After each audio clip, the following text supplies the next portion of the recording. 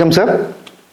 Thank you sir. Welcome to మీకోసం మన పైడా. విద్యార్థుల ఉన్నత భవిష్యత్తు కోసం పైడా కాలేజీలో అందుబాటులోకి వచ్చిన కొత్త ఎన్హాన్స్మెంట్ ఫీచర్స్ గురించి ఈరోజు మనం తెలుసుకుందాం. ఈరోజు మనతో పాటు ఉన్నారు ప్రొఫెసర్ కె రవికుమార్ గారు, vice principal Pydah college of engineering. నమస్తే సార్. నమస్తే సార్. సార్ రవి గారు, ఒక స్టూడెంట్ మన దగ్గర అడ్మిషన్ తీసుకుని బయటకు వెళ్ళేంత వరకు ఒక స్టూడెంట్ని అలాగే అందరినీ మీరు ఎట్లా ట్రీట్ చేస్తారు? మా కోసం, మా పేరెంట్స్ కోసం ఒకసారి చెప్తారా? తప్పకుండా సార్.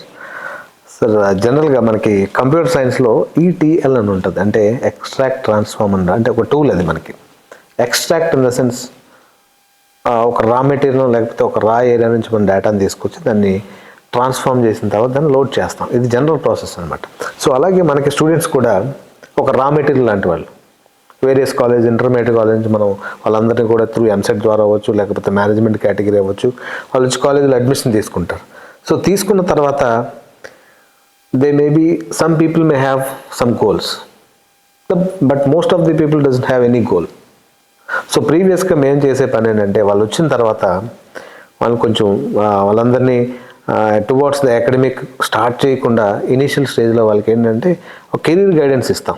ఒక 1 వీక్ లేదంటే ఒక 2 వీక్స్ వాళ్ళ కెరీర్ గైడెన్స్ ఇచ్చి ఒక గోల్ అనేది సెట్ చేస్తాం.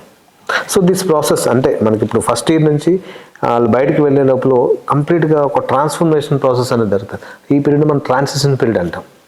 సో కరెక్ట్గా మీరు ఫస్ట్ ఇయర్లో ఏదైతే వాళ్ళ మైండ్లోకి ఇన్కల్కేట్ చేస్తారో అదే డైరెక్షన్లో ఒక పాత్ర మనం సెట్ చేసి వాళ్ళకి ఫైనల్ ఇయర్ వెళ్ళేసరికి మనం ఒక మంచి సొసైటీకి ఒక మంచి ఇంజనీర్స్ గానో లేకపోతే ఒక మంచి జాబ్ క్రియేటర్స్ గానో వాళ్ళు మనం బయటికి డెలివర్ చేస్తాం అన్నమాట.